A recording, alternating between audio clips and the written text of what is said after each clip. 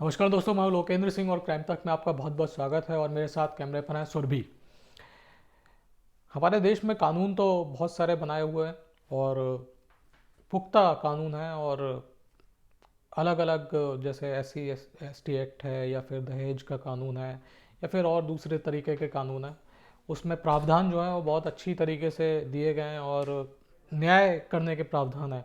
लेकिन कानून का दुरुपयोग, आप जानते हैं कि बहुत सारे लोग बोलते हैं कि कानून का दुरुपयोग, जैसे बहुत सारा दहेज उत्पीड़न के जो कानून थे उसको लेके बहुत ज़्यादा दुरुपयोग हुआ। इसके अलावा जो रेप के कानून है उसको लेके भी बहुत सारे केस जो थे वो फर्जी निकले। इसके अलावा SC ST एक्ट के भी बहुत सारे ऐसे केस थे जो फर्जी निकले, जिनको बाद में इन्वेस्टिगेट किया गया। तो आज की ये जो वारदात है ये साल 2018 की है और ये वारदात है मथुरा। मथुरा का ग्रामीण इलाका है नौझील का। नौझील एक कस्बा है और नौझील हो गया, बाजना हो गया, और ये अलीगढ़ से बिल्कुल लगा हुआ इलाका है। यहाँ पे 19 जुलाई 2018 को एक महिला, दलित महिला जिसका नाम गुड्डी था, वो नौझील थाने पहुंची और उसने बताया कि मेरा 6 साल का बेटा है जिसका नाम प्रिंस है, वो गायब है। पुलिस ने मामला दर्ज किया और खोजबीन करनी शुरू करी। परिवार से भी बोला कि तुम भी खोजबीन कर लो, किसी रिश्तेदारी में चला गया हो, कोई रिश्तेदार लेके गया हो। ग्रामीण इलाके में अक्सर बच्चों के ऊपर इतना ध्यान नहीं दिया जाता और कभी पड़ोस में चले जाते हैं, कभी और भी कोई पास में गांव की रिश्तेदारी होती है वहाँ पे चले जाते हैं। तो पुलिस ने बोला कि हम फ़ोटो दे दो और बाकी का तुम भी सर्च करो और हम लोग भी सर्च करते हैं। आई गई बात हो गई और ये 19 जुलाई को ये 6 साल का प्रिंस गायब हुआ था। अगले दिन 20 जुलाई को गांव का पास का ही एक कुआं था, वहां से प्रिंस की लाश पुलिस को मिली। पुलिस को क्या मिली, गांव वालों में से किसी ने देखा और उसके बाद पुलिस को इत्तला दी। परिवार भी पहुंचा, परिवार ने भी आइडेंटिफाई किया कि वो उनके बच्चे की लाश है। और पुलिस ने पूछा कि किस पे शक है, तो उन्होंने बताया कि अप्रैल महीने में गांव के ही एक श्रवण जो परिवार है, अ, उसका झगड़ा गुड्डी के पति सुभाष से हुआ था। और ये जो शर्मा परिवार था इसमें मुकेश नाम का एक शख्स था, उसने सुभाष को किसी लेन देन को लेके, पैसे के लेन देन को लेके विवाद था दोनों के बीच, और सुभाष को मुकेश ने थप्पड़ मार दिया। और उसकी जो मुकेश था वो अल्कोहलिक था और शराब बहुत ज़्यादा पीता था, वैसे भी बहुत कमज़ोर था। तो जब उसने थप्पड़ मारा सुभाष को, मुकेश ने, तो उसकी हालत ख़राब हो गई और 2-3 दिन बाद उसकी डेथ हो गई। तो मामला 302 का बना, SC ST एक्ट का बना। तो अप्रैल में ये मामला दर्ज हुआ और कुछ दिन बाद ही, यानी कुछ दिनों बाद ही, जैसे अप्रैल में ये हुआ, तो मई जून में SC ST जो एक्ट है उसके प्रावधान के तहत ये जो गुड्डी थी इसको 8 लाख रुपए का कंपनसेशन मिला। ये प्रावधान होता है मुआवजे का SC ST एक्ट में। तो जब गुड्डी से पूछा गया कि तुम्हें किस पे शक है, तो उसने बताया इस तरीके का वाक़या अप्रैल में हुआ था और मेरा पति जो था उसको गांव का ही जो श्रवण जाति के लोग हैं उन्होंने मार दिया था। और मुझे शक है कि जो प्रिंस है उसको भी इन्हीं, जो मुकेश शर्मा का जो परिवार है उसी ने मारा है। और 6 लोगों के खिलाफ उसने, और गांव का ही एक और शख्स था, ये भी दलित था, उसने पुलिस में रिपोर्ट लिखवाई और 6 लोगों के खिलाफ नामजद रिपोर्ट लिखवा दी। अब पुलिस की आप हालत थोड़े जानते हैं, ग्रामीण क्षेत्रों में तो वैसे भी पुलिस के ऊपर एरिया बहुत ज़्यादा होता है, बर्डन भी ज़्यादा होता है और लोग पढ़े लिखे नहीं होते, अपने अधिकारों का ज्ञान नहीं होता। हालांकि पुलिस तो शहर में भी लोगों को हड़का देती है, भगा देती है, कोई पढ़ा लिखा है या ना पढ़ा लिखा हो। लेकिन ग्रामीण मामले में, ग्रामीण इलाकों में जो ये पुलिस की दबंगई है या पुलिस के काम करने का तौर तरीका है वो थोड़ा बदल जाता है। तो यहाँ पे भी पुलिस ने जैसे ही बोला, उसने मुंह से अपना नाम बोला कि ये लोग थे, पुलिस ने उनमें से एक को उठा के जेल भेज दिया और बोला कि भैया केस ख़त्म हो गया। अब ये मामला आया गया हो गया। और क्योंकि ये जो प्रिंस था, 6 साल का बच्चा, ये भी SC ST उससे था, तो जाहिर सी बात है मुआवजा इसको भी मिलना चाहिए था। तो अब ये मुआवजे की रकम के इंतज़ार में ये जो गुड्डी थी वो थाने के और बाकी का कोर्ट कचहरी के चक्कर, जहाँ पे भी सरकारी जो भी इस तरीके के इंस्टीट्यूशंस हैं जहाँ से मिलता है ये मुआवजा, वहाँ के चक्कर लगाने लग गई। और इसी बीच कई सारे गांव वाले ऐसे थे जो पुलिस थाने पहुंचे और उन्होंने बोला कि आपने गलत आदमी को उठा लिया है और आपने केस को अच्छी तरीके से तफ्तीश नहीं किया। पुलिस पहले तो बात टालती रही, लेकिन जब लोगों ने दबाव डालना शुरू किया कि आप इस केस को रीइन्वेस्टिगेट करिए और देखिए कि हमें लगता है कि मामला कुछ और है, जो कत्ल है वो किसी और ने किया है और आपने जो एक बेकसूर आदमी है उसको उठा के जेल भेज दिया। पुलिस के ऊपर जब दबाव आया तो पुलिस ने इन्वेस्टिगेट करना शुरू किया और जब इन्वेस्टिगेशन शुरू हुई तब पुलिस के सामने एक दो चीज़ें आई। एक तो ये कि जब से सुभाष की मौत हुई और उससे पहले से भी जो गुड्डी थी उसका उसका जो देवर था जिसका नाम आकाश था, उसके साथ उसके रिलेशन थे और पति जब तक था तब तक तो ढके छिपे थे, लेकिन पति की मौत के बाद और जो ये बेटा था उसकी मौत के बाद ये जो रिलेशनशिप थे यानी वो ज़्यादा लोगों को नज़र आने लग गए और यही रिलेशनशिप का हवाला देके ये लोग पहुंचे भी थे थाने की, आपको इन्वेस्टिगेट करना चाहिए पूरे केस को।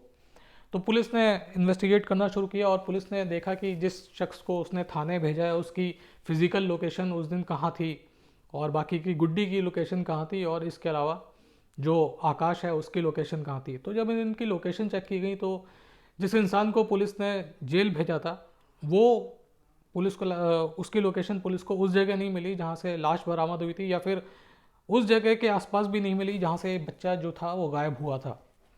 गुड्डी की लोकेशन देखी गई तो मालूम चला कि वो गांव के पास का ही जो कस्बा है नौझील, वहाँ पे उस दिन वो गई हुई थी। तो माँ और जो बंदा था जिसके ऊपर इल्ज़ाम लगा था, आरोप लगा था हत्या का, उन दोनों की लोकेशन अलग अलग जगह पे आ रही थी, जबकि आकाश जो था उसकी लोकेशन उस गांव की आ रही थी जहाँ पे से बच्चा ये प्रिंस गायब हुआ था और कत्ल हुआ था। तो पुलिस ने थोड़ा बहुत और खंगाला और तफ्तीश को आगे बढ़ाया, सीडीआर यानी कॉल डिटेल रिकॉर्ड निकाली दोनों की, गुड्डी की और आकाश की, और देखा गया कि कितनी बातचीत होती थी। हालांकि दोनों आसपास ही रहते थे तो फ़ोन पे तो इतनी बातचीत होती नहीं थी, लेकिन तब भी पुलिस ने एक कहा जाना चाहिए टेक्निकल एविडेंस के तौर पे ये सारी चीज़ें निकाली ताकि अगर कोर्ट में पेश करें तो कम से कम उनका केस जो है वो एविडेंस के साथ हो, तो जो भी आरोपी है वो छूटे ना।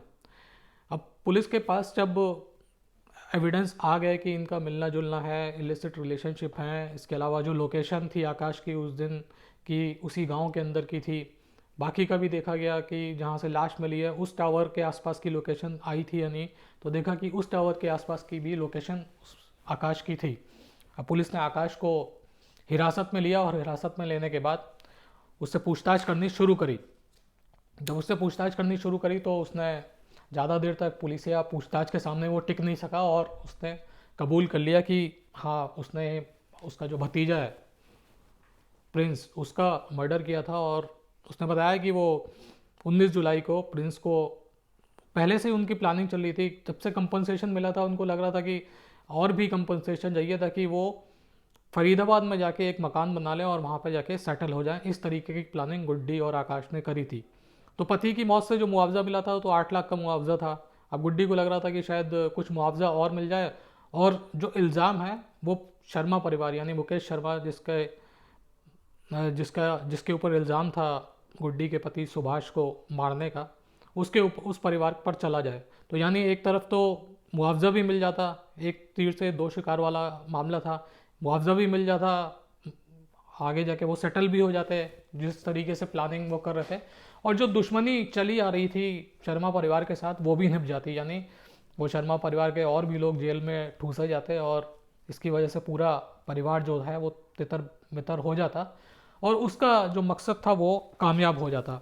तो प्लानिंग के तहत 19 जुलाई को ये जो गुड्डी थी ये तो जानबूझ के नौझील जो है कस्बा इस गांव के पास में वहाँ पर चली गई ताकि इसका नाम ना आए, इसके फ़ोन की लोकेशन भी वो अपने फ़ोन साथ में लेके गई ताकि फ़ोन की लोकेशन जो है वो भी कस्बे की आए और इल्ज़ाम जो है वो शर्मा परिवार के ऊपर आ जाए।